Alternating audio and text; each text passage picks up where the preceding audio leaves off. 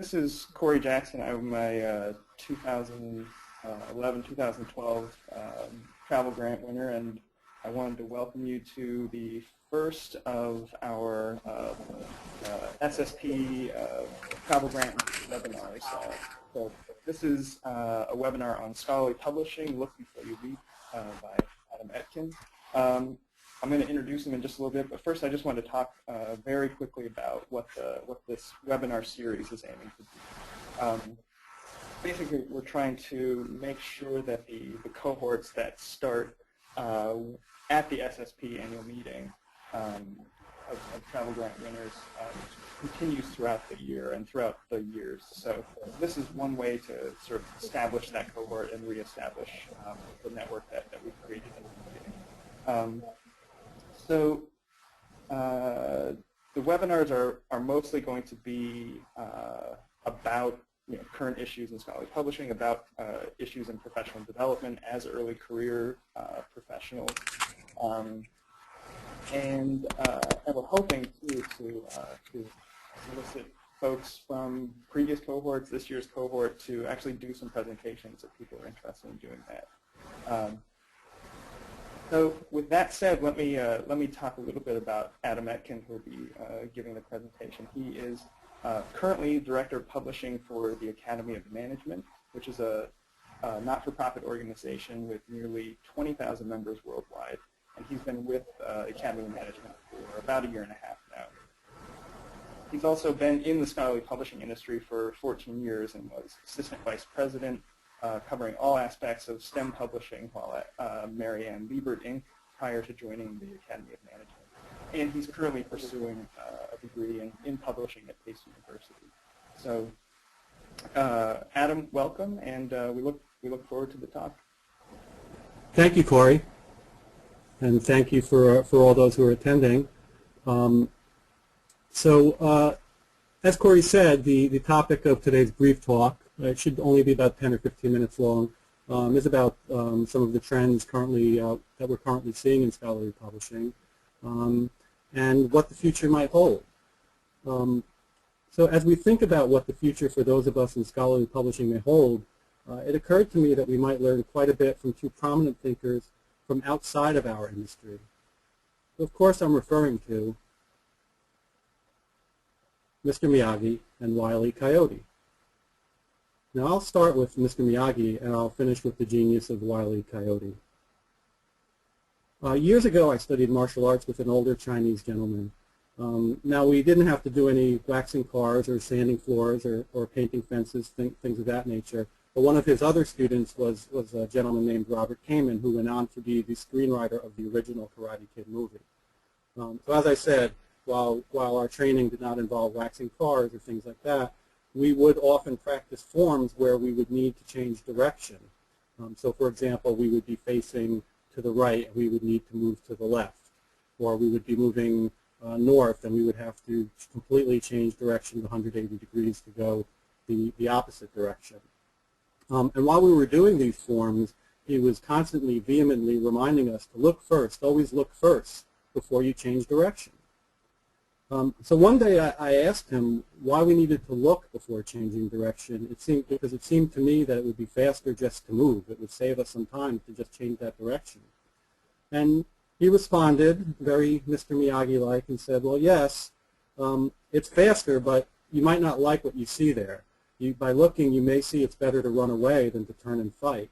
And taking that extra split second to look might save your life one day. And that always stuck with me.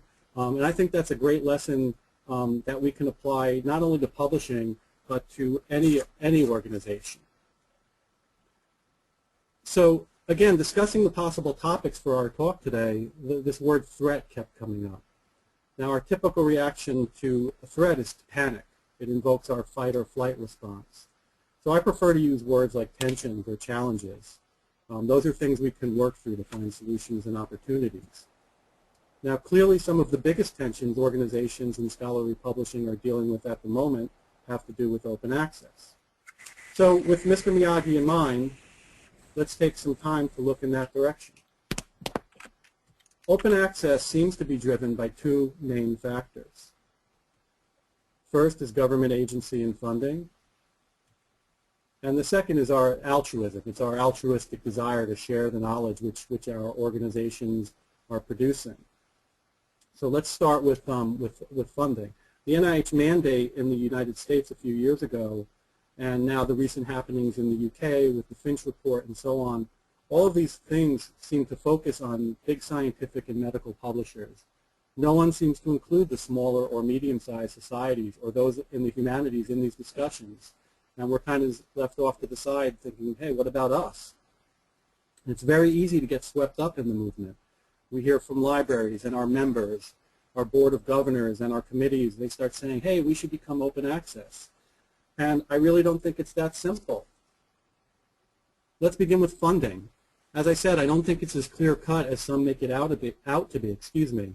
And that's really beyond the scope of the time we have for our talk today. But since there are existing requirements that are already in place or new ones that are coming soon that we all need to be aware of, let's look at this. Many in the humanities and other fields receive little or no government or agency funding. So for example, the percentage of research published by my organization, the Academy of Management, which has funding requirements, is 0. So with funding not being an issue for us, this leaves us with altruism, which on the surface sounds really nice. And it is in line with my organization's vision and mission. One of the core tenets of the Academy's mission and vision is to enable a better world through our scholarship. But how can we best achieve our mission, still remain highly selective in what we publish while remaining financially viable? There are costs to sharing knowledge, some of which are not so obvious. Altruism can be expensive, and profit is not evil. Now, you would think, listening to some of the critics of traditional publishers, by hearing some of the statements, you'd think that running a business or an organization to make a profit was a bad thing. But those of us in not-for-profit organizations, we know that not-for-profit does not equal we don't need to make money. We need to be profitable to reinvest in ourselves. We need to pay staff members. We need to support other member benefits. And we need to advance our scholarship. Many don't understand the costs of producing and distributing a journal. I've read some articles claiming that an open access journal can be produced and distributed on a $350 a year budget. And that reminded me of a sign that I see all too often in my mechanic's office. When you drive a car as old as mine, you tend to visit your mechanic a lot. Anyway, it reminded me of this sign, which as you can see, says we offer 3 kinds of service: good, cheap, fast. You can pick any 2. Again, it's kind of a humorous way to make my point, but I think it's true. All of us in publishing, we want to offer the best products available. We want to offer good journals, good research, good scholarship. And we want to make that knowledge available as quickly as possible. And I don't care what anyone says, that usually is not cheap. But there's a difference between maximizing our profit in the short term with very high pricing as opposed to pricing in a way that allows for long-term growth. So let's talk a little bit about pricing. Before I begin to talk about the future, I think it's important to spend some time going over the past and the present. So this chart compares the cost of journal subscriptions to the cost of books and the Consumer Price Index. It only shows up to 2003. So you can see the red line, which goes up at a much more dramatic rate than everything else. That's the cost of journals. I have a chart on the next slide that shows it continues to go even higher. This chart shows the price increase for health science journals from year 2000 until 2011 as compared to the Consumer Price Index. And again, you can see the blue line, which is the cost of the health science journals, goes up much more dramatically compared to the CPI. Now, I don't claim to be a finance expert at all, but I can look at charts and information like this and see that something is off.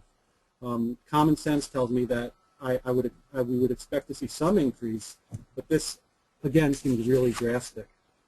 And it seems, is it any wonder that there's been a backlash against traditional publishers when you look at this?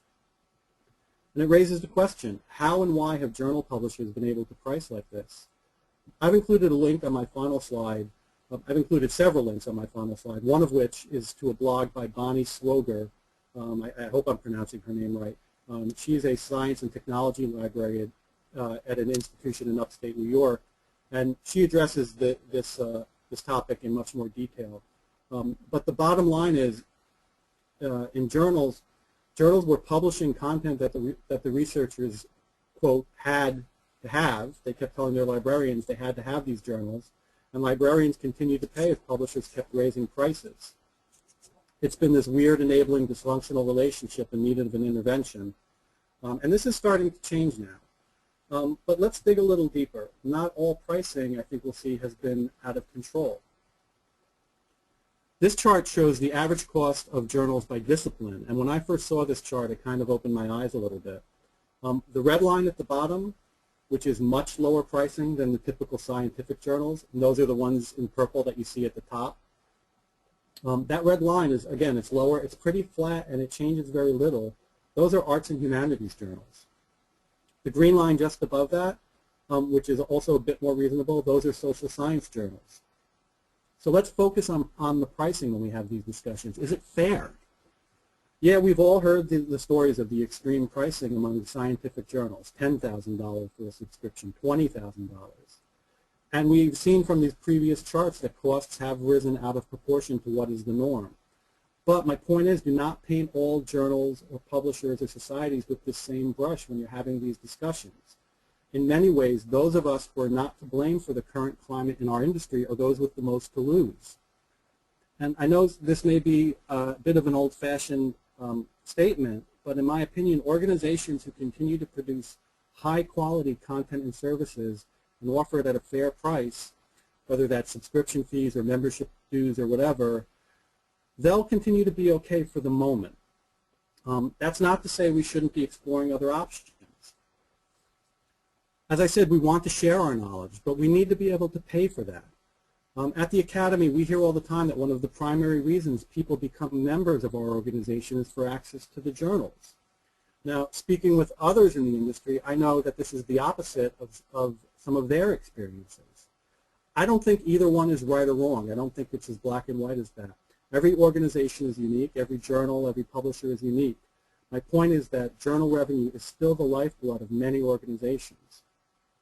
A recent article in the Chronicle of Higher Education addresses these issues, and again, there's a link to this article at the end of my slides.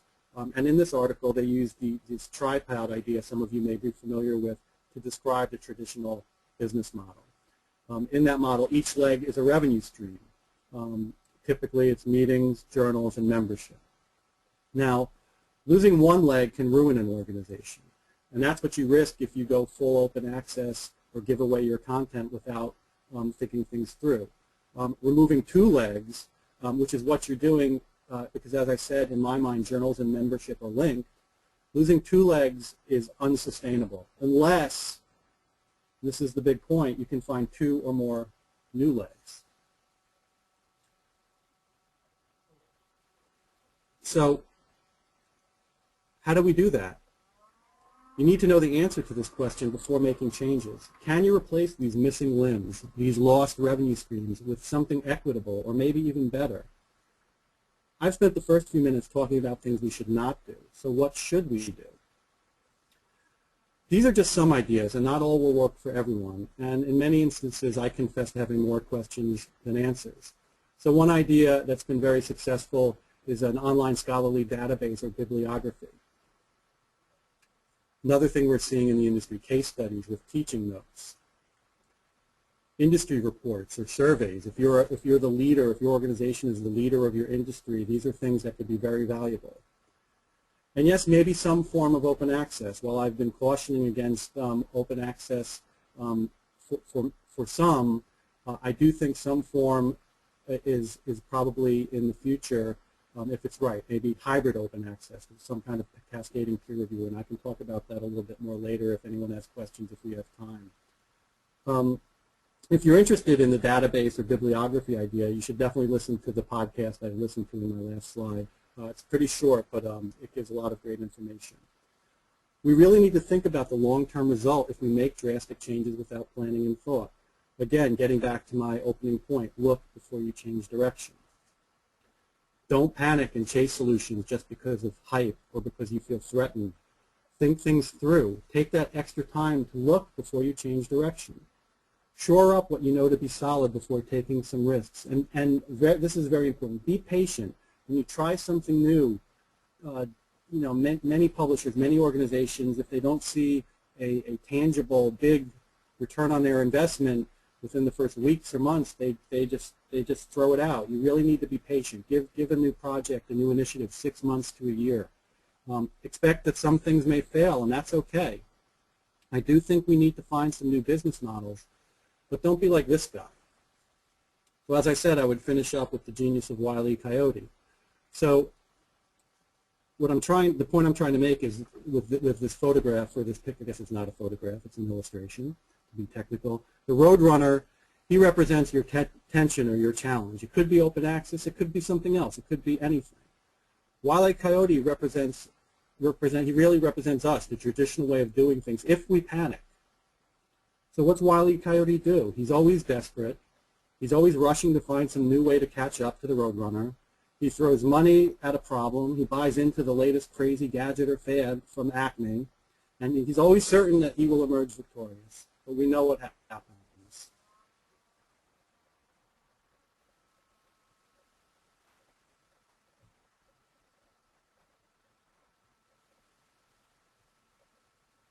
So don't be like that guy. Thank you.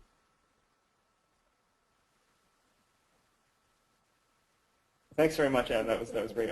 I appreciate anything that ends on a Wile E. Coyote reference as a long fan. So thanks.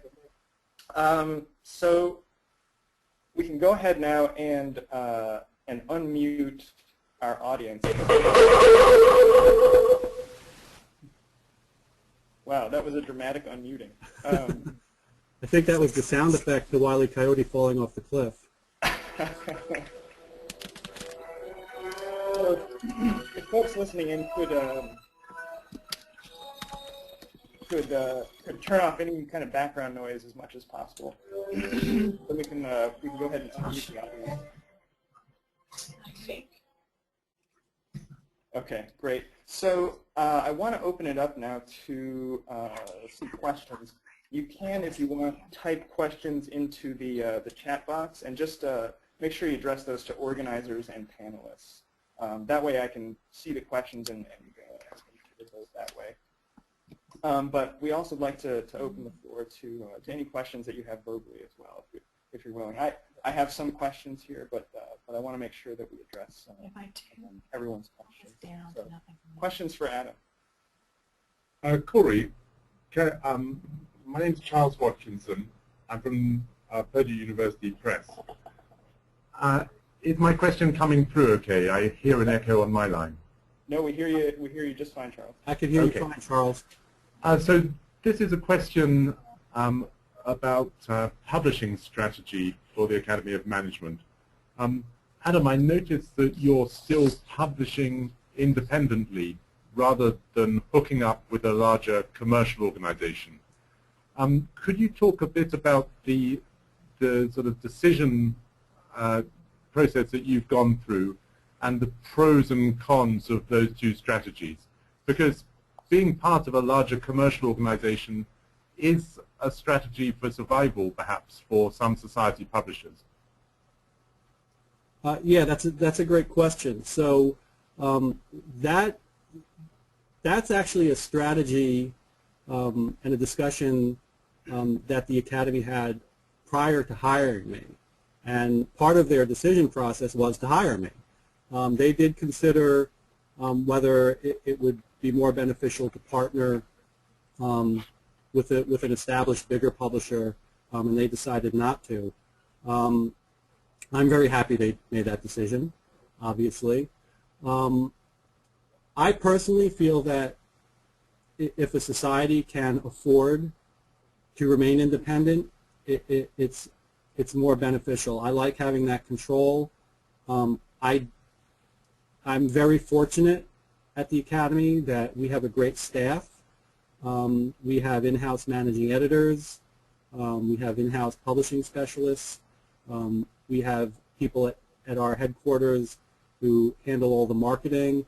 There's nothing we can't do at the Academy that a publisher can't do. And in many ways, we can do it because we are a smaller organization. I think we can do it better because it is our content. We have control over it. Obviously, I'm not saying publishers don't care about the journals they publish, but I don't think, especially when you're talking about big major publishers who have hundreds and sometimes thousands of journals, they're not going to focus as much as we do on our own content, which is produced by our members for our members, not just only for our members. I mean, we want everyone in our field to read and enjoy it and gain from it. It's a good question. I think there are benefits to going with a bigger publisher if you don't have the staff or the resources to address those needs. I don't know if I really did a very good job answering your question, Charles. No, that's great. Thank you. Okay, great. Other questions from the audience? If not, I'll step in here. So I did have, I really, for one, that the eye-opener for me is that the difference, the graph that you show that projects that difference between humanities, social science publishing, and journal pricing versus journal pricing in STEM. I mean, I think, it's easy to have a kind of a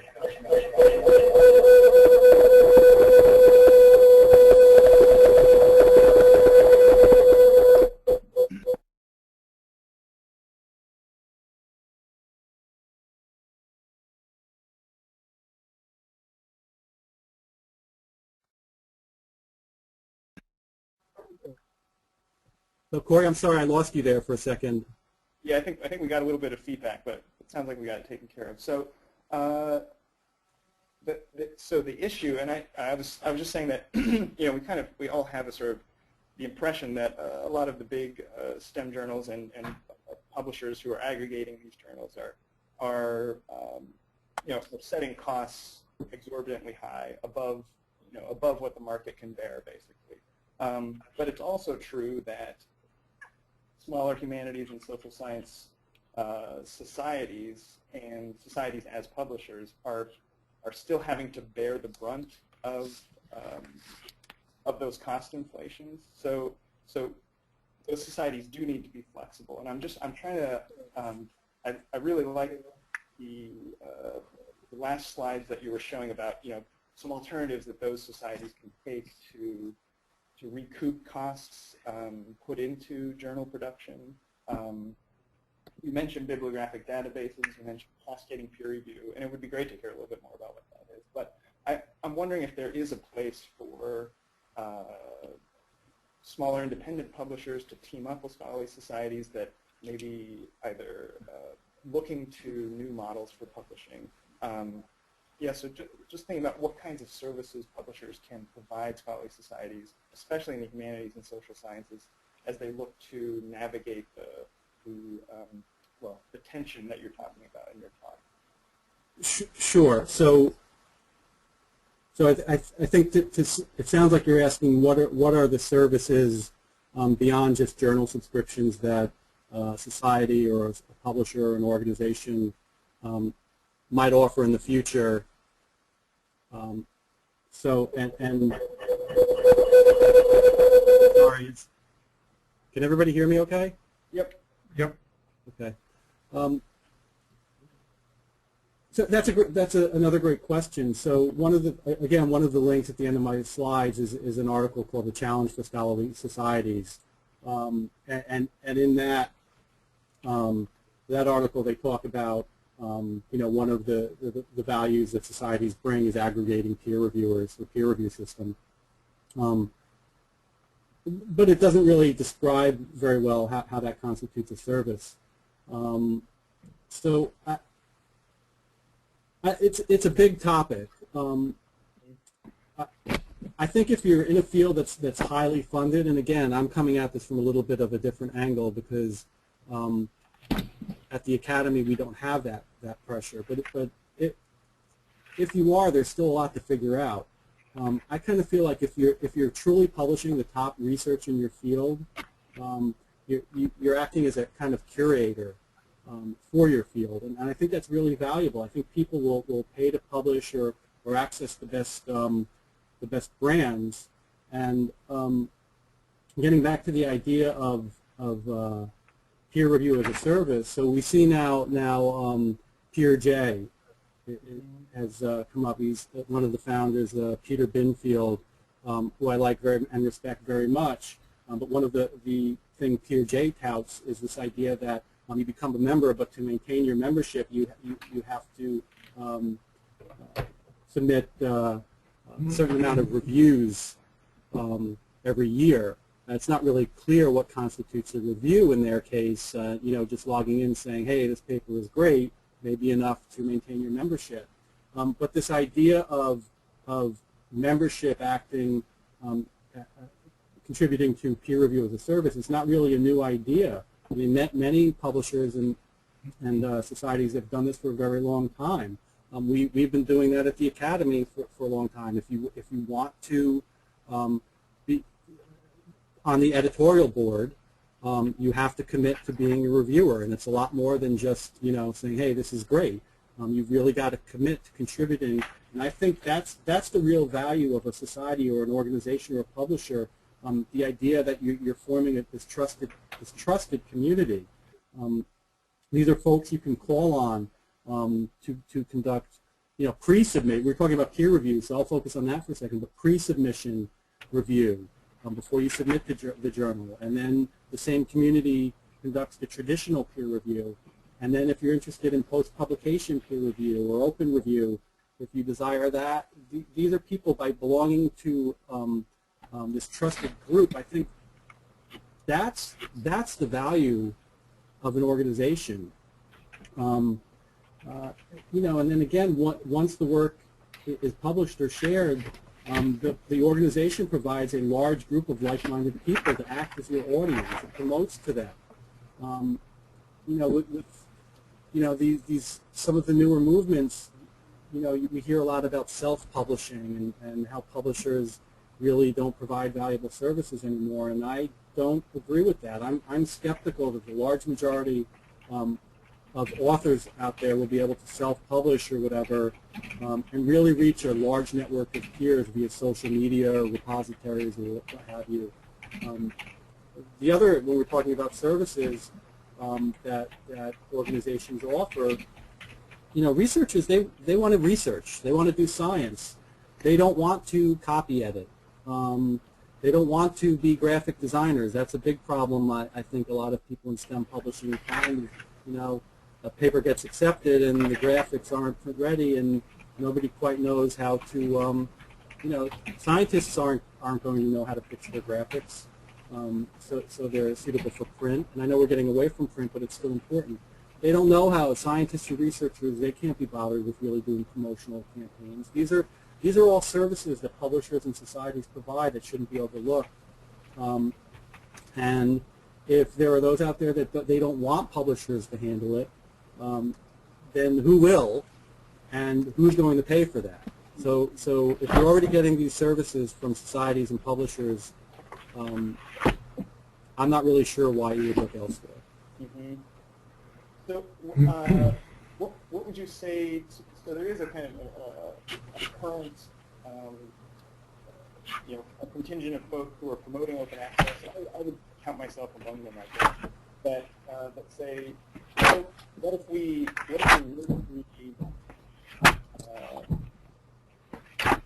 Corey, I'm sorry, I can't hear you. There's a little bit of noise on the line right now.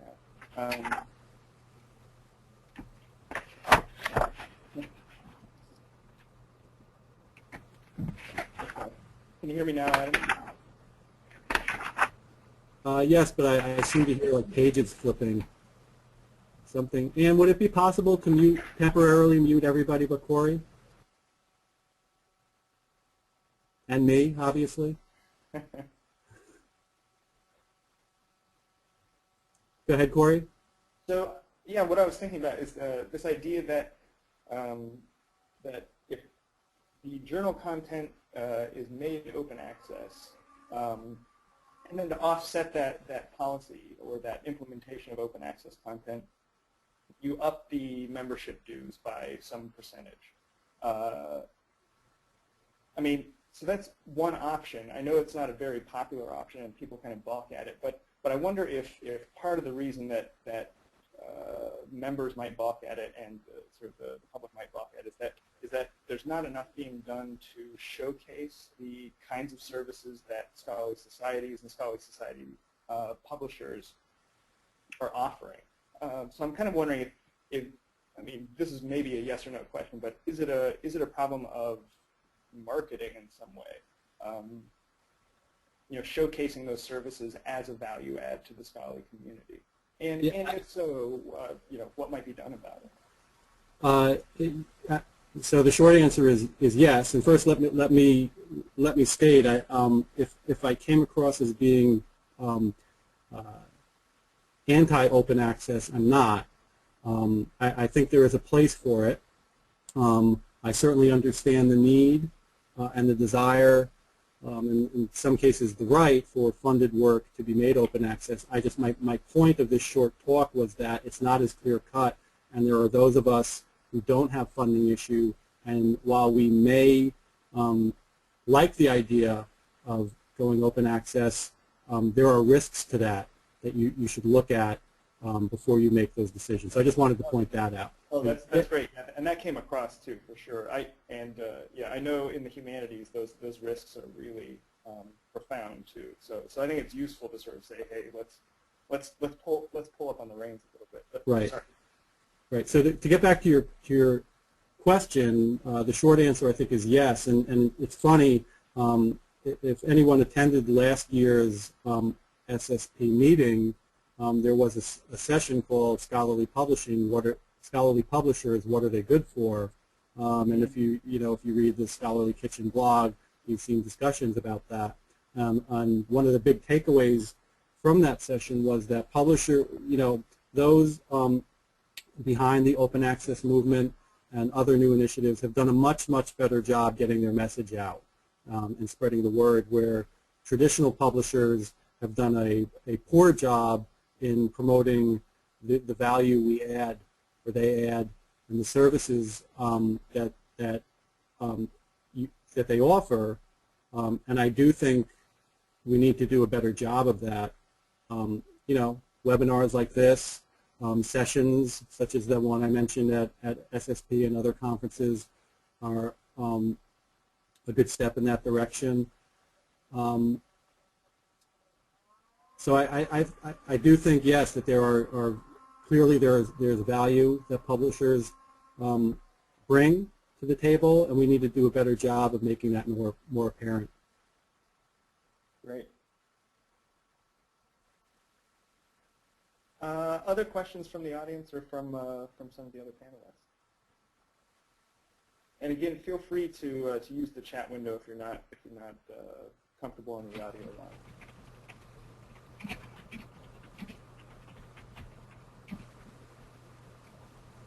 Where I had somebody had sent me one other question, asking, do you see a changing trend in higher ed regarding journals as the clearinghouse for hiring, tenure, and promotion? Scholarly societies produce journals not only to distribute scholarship, but also to provide space for vetting people.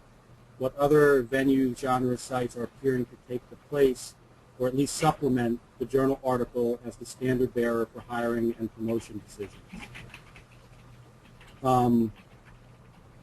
So to answer the first part of the question, I do think this will change. I think in many ways it already is changing, but it's slowly changing. We are starting to see other indicators, like other metrics like H-index, other measures of citations of the individual's work, regardless of where it's published, to take over. And I think that's a good shift. But there are still those with, they've got those lists of what they call their A journals that they use. If you're published in an A journal, you get tenure promoted and so on and so forth. That I don't think there's agreement on what an A journal is, which is part of the problem. Some of the new things we're starting to see, probably familiar with altmetrics. That's a new player in the field. But I don't think, when we talk about impact factor or being published in the journal or things like that, I don't think we should just replace one metric or one set of metrics with another one. I think we need a combination of all of those things. And it's funny, we had this webinar today, and just this morning, I mentioned the Scholarly Kitchen blog a few minutes ago, but just this morning there was a post on this very topic that I encourage, if you haven't read it already, I encourage people to read that. I really think the more metrics we use to evaluate scholarship, the better. Mm-hmm. So part of the interesting thing with altmetrics is that, and correct me if I'm wrong, but it seems like some of the contentions with it are that well, one, it sort of puts the burden of proof on an unknown factor, right? A sort of more democratized kind of indexing. But two, it's also it requires some technical know-how in order to aggregate far-flung indexing factor, whether it's from places like Twitter, whether it's site hits, whether it's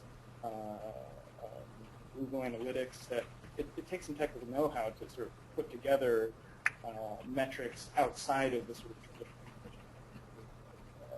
citation, readership, etc. So, yeah, is there how would scholarly publishers or scholarly society publishers enter into the altmetric field? Or have you seen good examples of that?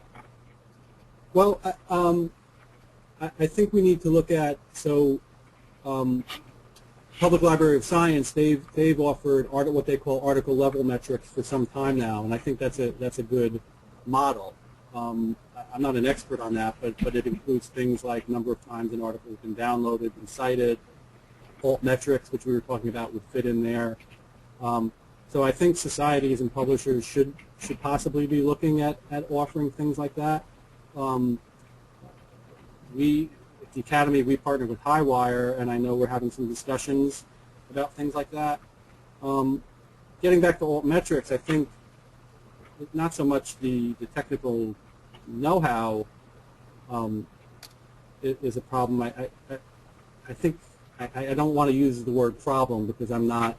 I think altmetrics is going to be a very valuable resource in the future, but for lack of a better term, the problem with it is, so I'm a researcher, and I've decided to put my research up on a blog or some other, or in a repository or whatever, and I'm going to then tweet it out to the Twitterverse or whatever it's called, or these social media outlets. If I'm an up-and-coming researcher, or if I'm not a big name in my field, I'm not going to have as large a network as somebody who's more established, and it's going to really be hard for me to get my message heard as much as I might like. And that gets back to the conversation of what services and what value publishers bring to the table, and I think that's one of them. I think the fact that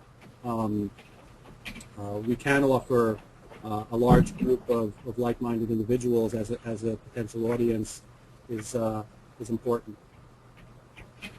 Yeah, that's great. I think you're right that the altmetrics could potentially. One challenge, I guess, is to avoid confirmation bias in altmetrics, and I think that's kind of the issue. That if someone's already established, then their social media profile or their public profile is already enough that people can kind of aggregate a higher index that junior scholars might lack. So some kind of balance between good traditional vetting and good alternative vetting probably the right choice. So the space that scholarly societies, scholarly publishers occupy might be that hybrid space. Okay. We've got another question here. Isn't there a faulty premise here about open access? Open access isn't a competing business model. It's primarily a different distribution model. Why not educate your authors that a new distribution model needs a different funding model? Instead of institutions funding libraries to pay subscriptions, have institutions fund authors to meet the costs of getting published. I've heard that comment that open access is a distribution model, not a business model. I think that's true, but it's a little bit of a, I don't want to say it's a clever play on words, but we're talking about funding. And if we're talking about funding and finance, we're talking about a business model. So if you want to say, open access is a distribution model, that's fine, but somebody has to pay for that. So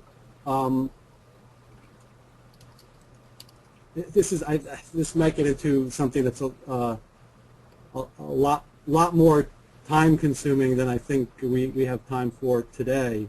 But the problem I have with this discussion is I think it's still important to, and I know there's a difference of opinion on this, I think it's still important for the top trusted organizations, publishers, journals, whatever you want to call it, to publish only the very best in their field.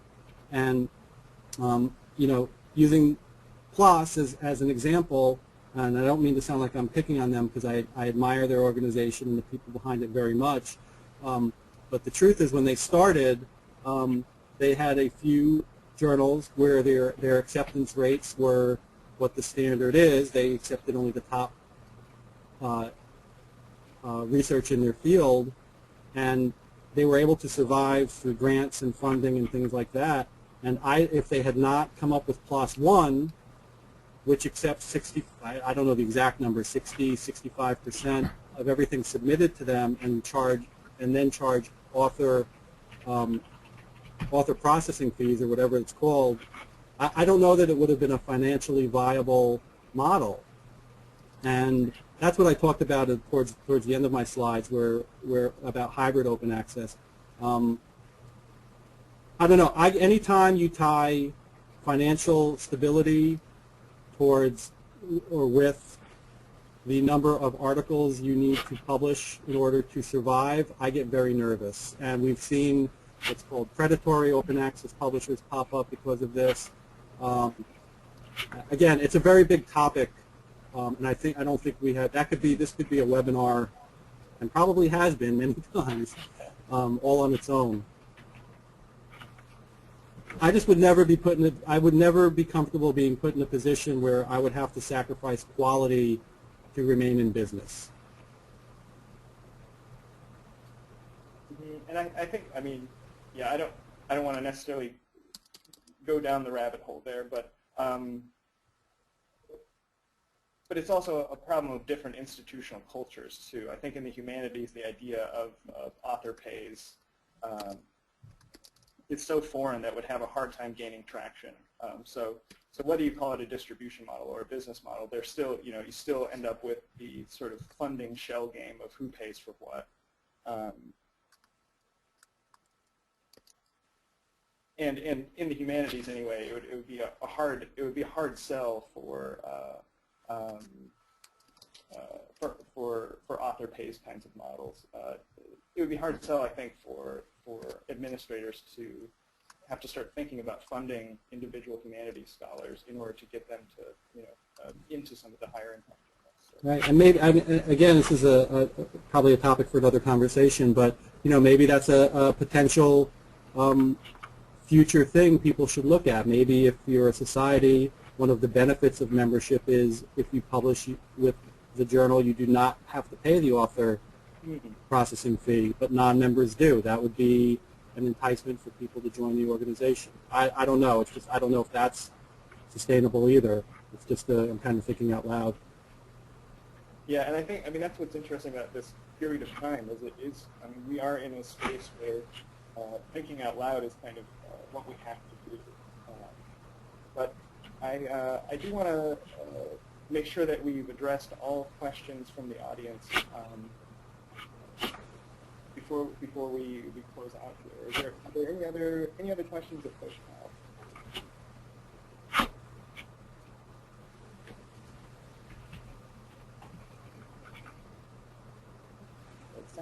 It sounds like not. I do want to say to folks listening out there that we're hoping to turn this webinar session into a series. So first off, thanks again to Adam. Again, I think a really provocative talk helps to frame some of the risk factors involved, but also to frame some of the responses to those factors. So I think it does a really good job of isolating some of the risks and some of the responses. So thanks again. So really quickly then, to anyone out there listening from the travel grant cohorts, if you're at all interested in presenting, please let one of us know. We're going to be establishing a listserv of the previous travel grantees. Is that right, Anne? Sorry, is Anne here? Maybe not. Okay, she says that's right. So we will be establishing a listserv of the travel grantees. So once that's established, you can sign up for presentations if you want to through that listserv. Our own Kate Bridgewater will be giving an upcoming talk this January. So that'll be our next presentation.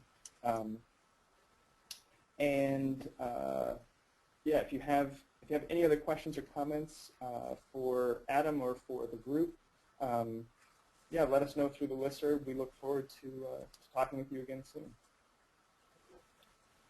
Thank you, Corey. Thank you, everyone. And if anybody wants to reach out to me, my contact information is on the slides. As I said, I don't confess to having all the answers, and I'd love to hear opinions from others or some new initiatives that others in the industry might be trying out.